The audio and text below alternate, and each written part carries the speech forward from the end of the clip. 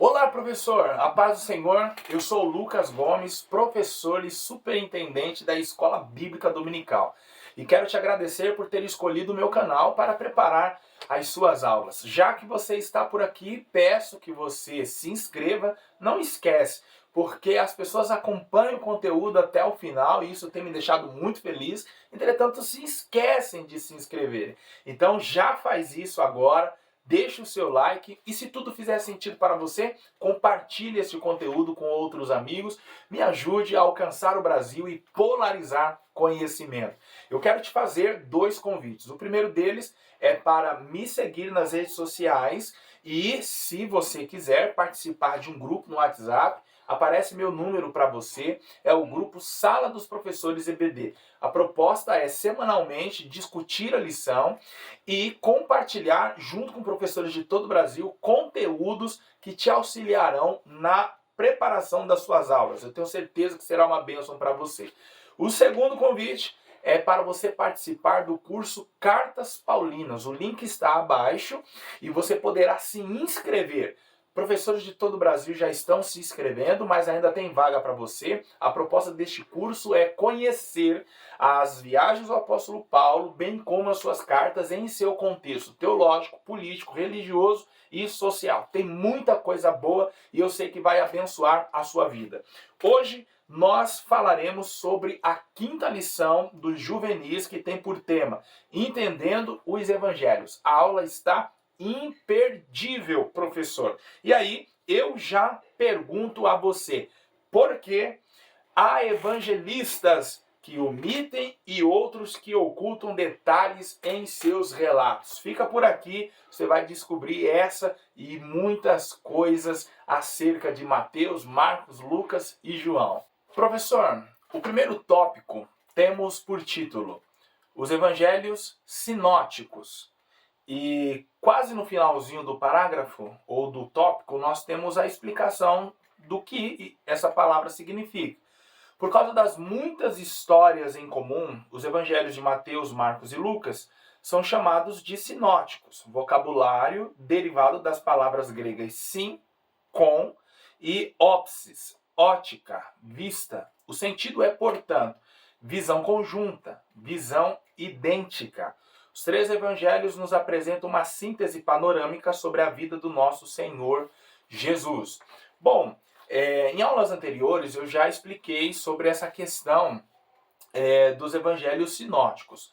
Mas como agora a proposta é se aprofundar um pouco mais, então, se você já assistiu aulas anteriores, vai parecer que estamos sendo um tanto redundantes, mas é que até então havíamos feito uma introdução.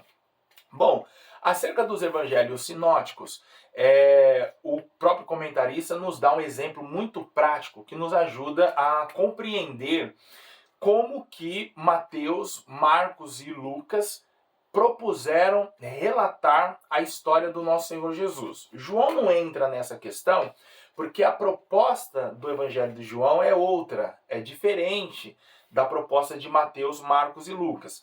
Mas esses três evangelistas, eles observam o ministério de Jesus acontecendo no mesmo momento, muitas vezes nos mesmos locais, mas cada um dá uma impressão diferente do que está vendo. E o comentarista aqui diz que aquilo que nós relatamos, do que vimos e do que ouvimos, em grande parte é influenciado por causa da nossa cosmovisão. E o que é isso? Lembre-se, cosmo significa mundo, então cosmovisão é a nossa visão de mundo. Então, quando nós relatamos aquilo que vimos ou ouvimos, os detalhes passam pelo filtro da nossa cosmovisão. Então, nós iremos relatar o que aconteceu, mas o que vai saltar aos nossos olhos, o que vai nos chamar a atenção, estará em pleno acordo com a nossa visão de mundo. E aí ele traz aqui três personagens que presenciaram um acidente. A proposta do autor é nos fazer compreender o que é uma visão sinótica e também o que é uma cosmovisão. Ele diz, hipoteticamente, se um médico legista, um agente de seguros e uma assistente social testemunhassem o mesmo acidente de carro, Cada um narraria o ocorrido à sua maneira, dando maior destaque àquilo que lhe é peculiar. Além do que o comentarista aqui explica, eu poderia dizer que o médico legista, ao presenciar o acidente, talvez ele daria o seu testemunho falando das causas da morte. Olha, aconteceu tal coisa assim, assim, assim, que levou os envolvidos a óbito. Isto por causa do seu contexto de vida. Ele é um médico, então ele estaria atento às causas da morte, o que provocou a fatalidade. Talvez o agente de seguros falaria sobre a falta de atenção dos envolvidos, certo? Porque está relacionado ao seu contexto de vida. E a assistente social, talvez, em seu testemunho, relatando o acidente, focaria mais na falta de socorro que as pessoas ali presentes deixaram, então, de dar aos envolvidos no acidente. Então perceba que as 3 pessoas estavam no local do acidente, as 3 presenciaram o acidente, porém, na hora do relato, cada uma dá uma ênfase de acordo à sua visão de mundo, ou seja, dá uma ênfase àquilo que lhe saltaram aos olhos. É exatamente o que aconteceu com Mateus, Marcos e Lucas. Embora Lucas e nem Marcos tenham sido testemunhas oculares, como assim? Lucas foi um cooperador do ministério do apóstolo Paulo, então o que ele traz no evangelho é fruto de uma pesquisa que ele realiza com testemunhas oculares e também aquilo que ele certamente ouviu dos apóstolos em Jerusalém e nos outros lugares que frequentou. Então Lucas ele faz um relato em segunda pessoa, né? Ele não foi uma testemunha ocular. Marcos também não, porque quando Jesus desenvolveu seu ministério ele ainda era muito jovem, então o evangelho que nós chamamos de Marcos também poderia ser chamado de Pedro, porque é Pedro, que de fato foi uma testemunha ocular, quem narra a Marcos tudo o que aconteceu e ele escreve. Mas independente disso, os 3 estão narrando o mesmo fato sobre a mesma pessoa, entretanto, vai saltar aos olhos desses escritores algumas coisas e, em grande parte, é por causa do seu contexto de vida. Veja, Mateus era judeu. Então ele propõe escrever aos judeus e ele vai dar ênfase no evangelho a muitas coisas relacionadas ao judaísmo, como por exemplo, Mateus, ele vai falar sobre o reino dos céus, Mateus ele vai falar sobre as profecias que se cumpriram no ministério de Jesus. Sobre isso nós falaremos na próxima aula, que vai ser uma aula mais aprofundada sobre Mateus. Agora a proposta é nós entendermos os 4 evangelhos. Mateus ele vai dar uma ênfase a coisas do judaísmo porque ele é judeu. Marcos, ele é um cidadão romano, na verdade ele tem uma dupla cidadania. O nome de Marcos, na verdade, é João Marcos. A igreja preferiu chamá-lo somente de Marcos para não causar mais confusão do que já é causada quando nós lemos o Evangelho de João referindo-se a histórias de vida de João Batista.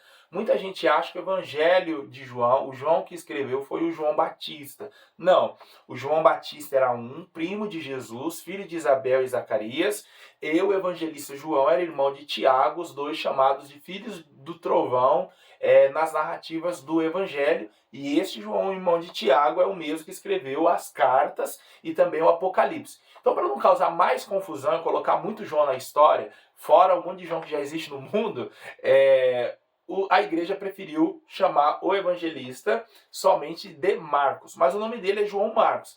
João, uma referência à sua cidadania judaica, e Marcos, uma referência à sua cidadania romana. Muito provavelmente, o pai de Marcos era romano. Então ele cresce nesse ambiente misto. E vai escrever aos romanos, não por acaso, mas por causa do seu contexto de vida, seguindo a sua cosmovisão. Então ele vai dar muita ênfase àquilo que chamava a atenção dos romanos, porque ele estava inserido naquela cultura, certo? E o mesmo fez Lucas, também era grego e escreveu aos gregos. E diferente fez João, como eu falei, porque a proposta do Evangelho de João é totalmente outra. Então, o comentarista aqui traz alguns exemplos da mesma história narrada por Mateus, Marcos e Lucas, e cada um dando uma ênfase a algo diferente dentro dessa história. Eu quero chamar a sua atenção, professor, há uma outra história que você também pode mostrar, há um outro exemplo que você pode mostrar aos seus alunos, de um evento que foi narrado por Mateus, Marcos e Lucas, entretanto cada um dá uma atenção diferente, ok? Vamos lá. A primeira história que eu quero mostrar aqui a vocês, ou a história que eu quero mostrar, é sobre a pesca maravilhosa. Quando Jesus então encontra Pedro, Tiago e João, e os convida para o ministério e profere aquela célebre frase: vinde após mim e eu vos farei pescadores de homens. O texto está em Mateus capítulo 4, versículo 18 a seguir, e nos diz: E Jesus, andando junto ao mar, viu dois irmãos, Simão, chamado Pedro, e André, os quais lançavam as redes ao mar, porque eram pescadores. E disse-lhes: Vinde após mim, e eu vos farei pescadores de homens. Então eles, deixando logo as redes, seguiram-no. E adiantando-se dali, viu outros dois irmãos, Tiago, filho de Zebedeu, e João, seu irmão, num barco, com Zebedeu, seu pai, consertando as redes, e chamou-os. Eles, deixando imediatamente o barco e seu pai, seguiram-no. Observe que Mateus diz que Jesus estava pregando na região da Galileia e, ao aproximar-se do mar, encontrou Pedro e André, irmãos, que lançavam as redes. Então eles estavam em plena atividade. Lançou o convite e adiante encontrou João e Tiago, também irmãos, que na companhia de seu pai Zebedeu consertavam as redes. Então este grupo de pescadores estava terminando uma jornada de trabalho. Então nós observamos aqui que Mateus ele está falando de dois tempos distintos. Um grupo está em atividade, outro está terminando a hora de trabalho, porém faltam alguns detalhes. Podemos completar com Marcos, capítulo 1, versículo 14 a seguir, que também narra o mesmo evento, mas de um outro ponto de vista. Nos diz assim: E depois que João foi entregue à prisão, veio Jesus para a Galileia, pregando o evangelho do reino de Deus e dizendo: o tempo está cumprido, tal, tal, tal. Aí no versículo 16 nos diz: E andando junto ao mar da Galileia, ele concorda com o relato de Mateus, viu Simão e André, seu irmão, que lançavam a rede ao mar, pois eram pescadores. E Jesus lhes diz: Vinde após mim, e eu farei que sejais pescadores de homens. Veja que ele concorda com Marcos, que Jesus chega no momento em que eles estavam lançando as redes ao mar. E deixando logo as suas redes, o seguiram. E passando dali um pouco mais adiante, então ele concorda com Mateus que João e Tiago não estavam no mesmo ambiente que Pedro e André. E passando ali um pouco mais adiante, viu Tiago, filho de Zebedeu, e João, seu irmão, que estavam no barco, consertando as redes. Olha o detalhe. E logo os chamou. E eles, deixando o seu pai, Zebedeu, no barco com os empregados, foram após ele. Então, Marcos está em pleno acordo com Mateus. Eles estavam no mar, lançando as redes, e adiante encontrou João e Tiago na companhia do pai, que também, ouvindo o convite, deixou o barco, as redes e o pai, e resolveram então seguir a Jesus. Porém, Lucas é o mais detalhista. Lucas é o que mais se aprofunda no relato. Veja aí, capítulo 5 de Lucas, a partir do versículo 1. O título nos diz: A pesca maravilhosa, os primeiros discípulos. E aconteceu o quê? Apertando-o a multidão para ouvir a palavra de Deus, estava ele junto ao lago de Genezaré. E viu estar dois barcos. Observem que Mateus e Marcos não citam o nome do mar ou da cidade. Genezaré. Lucas já cita. Ou Lucas, ele lembra de alguns detalhes a mais. E viu estar dois barcos junto à praia do lago. E os pescadores, havendo descido deles, estavam lavando as redes. Então, veja, Mateus e Marcos está frisando o momento em que os discípulos lançavam as redes.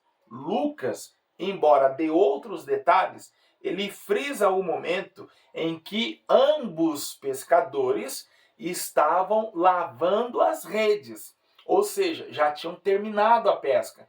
Então, Mateus e Marcos dão uma ênfase a Jesus chegando quando eles ainda lançavam as redes. Lucas dá uma ênfase com eles terminando o trabalho. E aí, nos diz assim: e entrando num dos barcos, que era o de Simão, pediu-lhe que o afastasse um pouco da terra. E assentando-se, ensinava do barco a multidão. E quando acabou de falar, disse a Simão: faze-te ao mar alto, e lançai as vossas redes para pescar. E respondendo Simão, disse-lhe: mestre, havendo trabalhado toda a noite, nada apanhamos, mas porque mandas, lançarei a rede. Observe que Pedro ainda não é discípulo, mas ele chama Jesus de mestre. Ele permite Jesus entrar em seu barco. Como assim? Uma pessoa que você não conhece pede seu barco, você está terminando uma jornada frustrada de trabalho, pois não apanhou nada, e agora você é obrigado a assistir um culto inteiro, e olha que Jesus pregava bastante, e você não conhece a pessoa? Será mesmo que Pedro não conhecia Jesus? Vamos continuar no relato. Aí ele diz assim: e fazendo assim, após lançar as redes, colheram uma grande quantidade de peixes, e rompia-se-lhe as redes. Deu para você entender o porquê João e Tiago consertavam as redes? Esse detalhe é Lucas quem nos oferece, e Mateus e Marcos não nos trazem esse detalhe. Aí nos diz assim: e fizeram sinal aos companheiros que estavam no outro barco. A gente sabe que companheiros são esses por causa de Mateus e de Marcos, que lhes dá os nomes, João e Tiago. E fizeram sinal aos companheiros que estavam no outro barco, para que os fossem ajudar. E foram e encheram ambos os barcos, de maneira tal que quase iam a pique.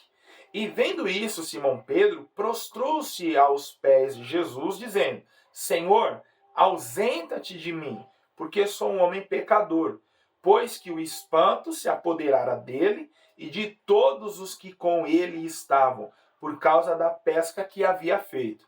E de igual modo também de Tiago e João, filhos de Zebedeu, que eram companheiros de Simão. E disse Jesus a Simão: não temas, de agora em diante serás pescador de homens. E levando os barcos para a terra, deixaram tudo e o seguiram. Então, olha, com Lucas nós temos a informação do local, com Lucas nós temos um detalhe maior do tempo, ou seja, Jesus viu, de acordo com Mateus e Marcos, os discípulos lançarem as redes, desceu para próximo deles, começou o culto, pediu o barco de Pedro emprestado, ministrou a partir do barco de Pedro, mandou Pedro, após o culto, ir a mar alto, lançar as redes. Pedro revelou a sua frustração: olha, eu estava lavando as redes ali porque eu não pesquei nada, a noite foi difícil, mas por que mandas? Então Pedro, no culto, viu a autoridade de Jesus, então entendeu: se ele está mandando, eu vou fazer. Lançou as redes, pescou uma enorme quantidade de peixes, as redes quase rompendo, chamou João e Tiago, de acordo com o detalhe de Lucas. Estes lhes ajudaram e voltaram para consertar as redes, conforme os detalhes de Marcos e de Mateus. Jesus, então, lançou o convite a ambos e todos o seguiram. Porém, quero lhe chamar a atenção para o detalhe. Embora João não entre nessa narrativa, não fale do mesmo evento, ele nos dá uma explicação que fica no ar com o relato de Lucas. Veja, no momento em que Jesus pede o barco emprestado, Pedro não faz objeção alguma, ele simplesmente concede. No momento em que Jesus manda Pedro lançar a rede, ele o chama de mestre. Ou seja, você não deixaria um desconhecido entrar à sua casa, na sua empresa, dentro do seu carro? Isto Lucas quer nos mostrar, ele deixa ali nas entrelinhas que Pedro já conhecia Jesus, e por isso lhe dá toda essa liberdade. Embora, como eu disse, João não entre nessa narrativa, ele vai nos mostrar o momento em que Pedro conheceu a Jesus. E onde ele está? Em João, capítulo 1, a partir do versículo 35. Olha o que nos diz.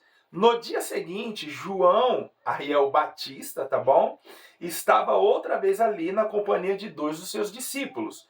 E vendo passar, Jesus disse: Eis aqui o Cordeiro de Deus. E os 2 discípulos ouviram-no dizer isto e seguiram a Jesus. E Jesus, voltando-se, vendo que eles o seguiam, disse-lhes: Que buscais? E eles disseram: Rabi, que traduzido quer dizer mestre, onde moras? E ele lhes disse: Vinde e vede. Foram e viram onde morava. E ficaram com ele aquele dia, e era já quase a hora 10ª. Era André, irmão de Simão Pedro, um dos 2 que ouviram aquilo que João, ouviram aquilo de João e o haviam seguido.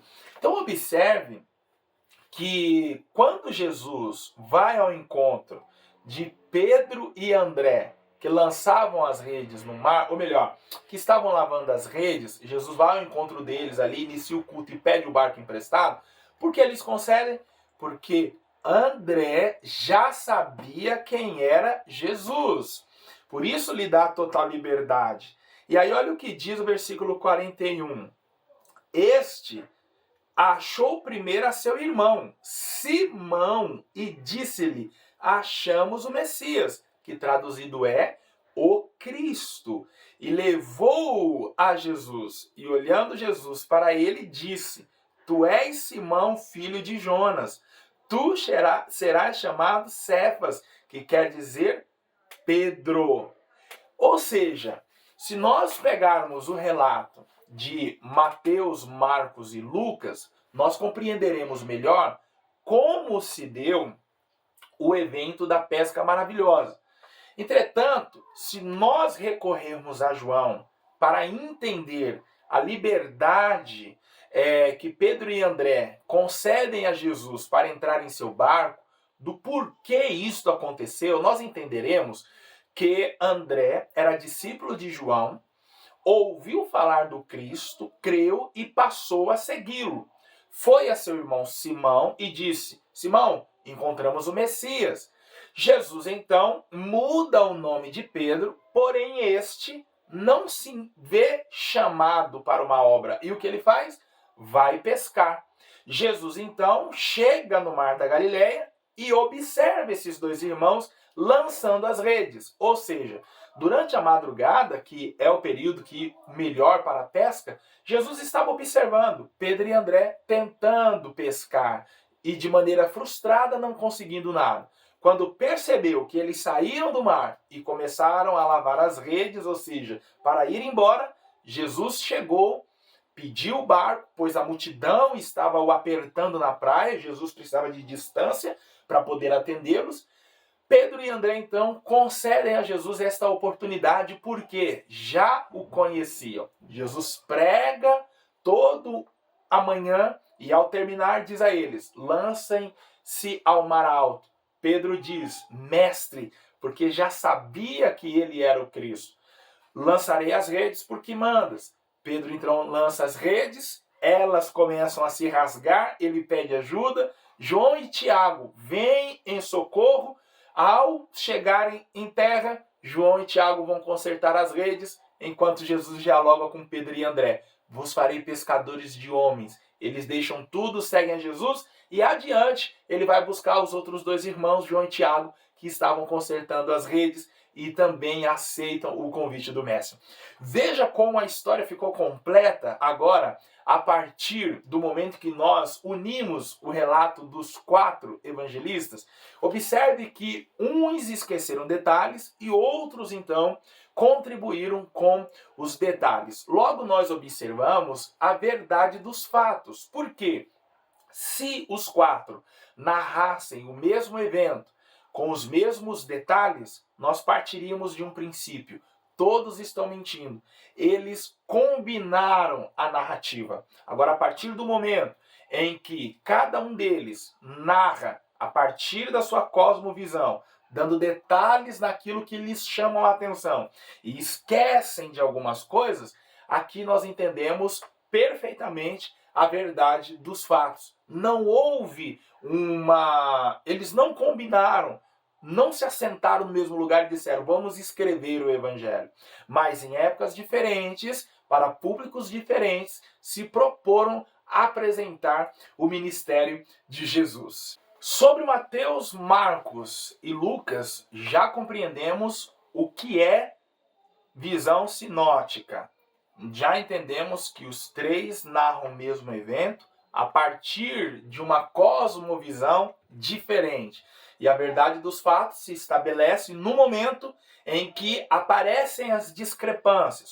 Um revela, outro esquece o que revelou, mas na união dos fatos nós chegamos à veracidade. E João, onde fica? João não faz parte dos evangelhos sinóticos, ou seja, ele não dá atenção às mesmas coisas que Mateus, Marcos e Lucas.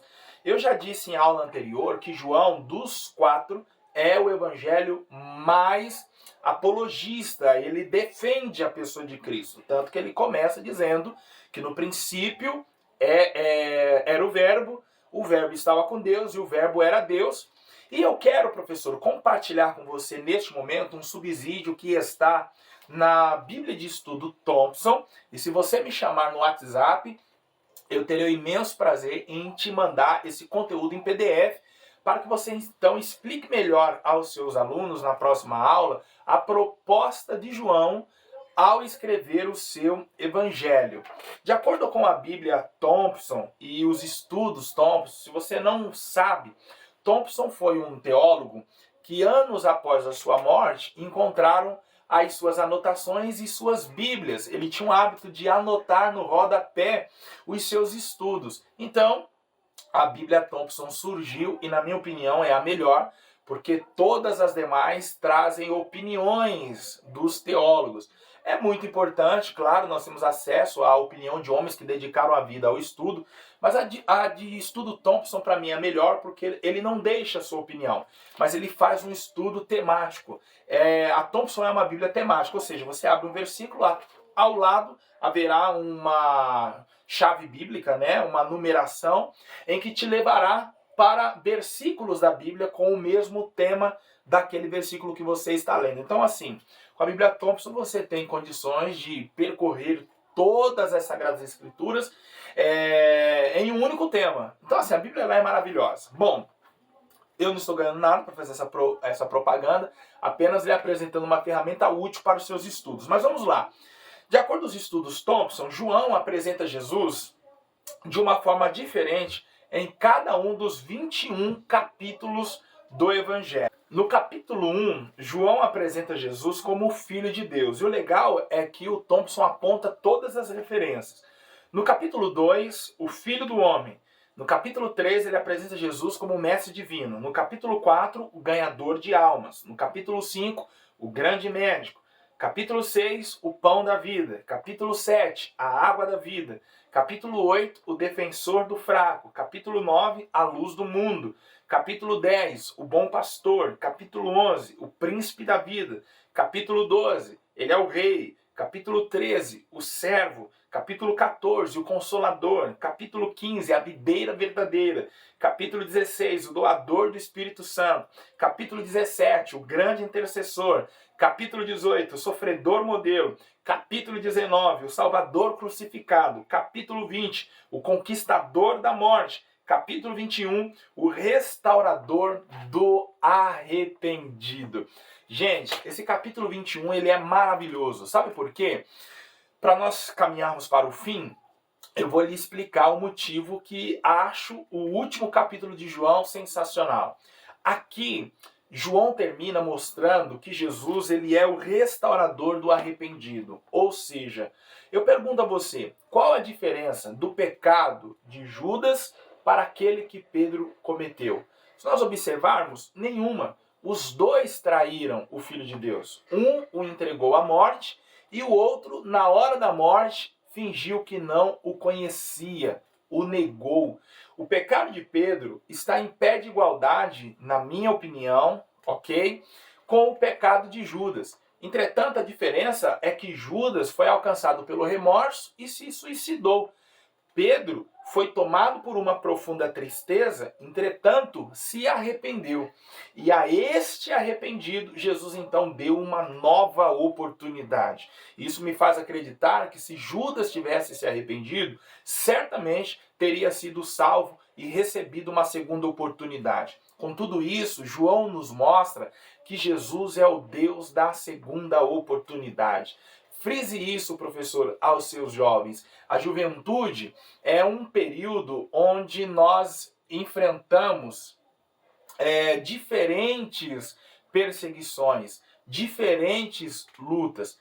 Entretanto, eu quero dizer a você que o nosso Senhor Jesus é o Deus da segunda chance. Chegamos então ao final de mais uma aula e eu quero te agradecer por ter ficado até o presente momento comigo. Professor, não se esqueça de se inscrever, deixar o seu like e compartilhar este conteúdo com outros amigos. Aqui está as minhas redes sociais. Eu quero te convidar para me seguir e também aparece na tela o meu número do WhatsApp para que você participe do grupo Sala dos Professores EBD. É um grupo onde semanalmente professores de todo o Brasil e eu nos reunimos para discutir a lição, compartilhar conteúdos. Eu tenho certeza que será uma bênção na sua vida. Não se esqueça que abaixo também está o link para o curso Cartas Paulinas. Eu tenho certeza que você vai gostar. É um curso onde visitaremos as viagens e as cartas do apóstolo Paulo, entendendo-as em seu contexto teológico, político, religioso e social. Será uma bênção na sua vida. Eu aguardo você na próxima aula. Deus te abençoe.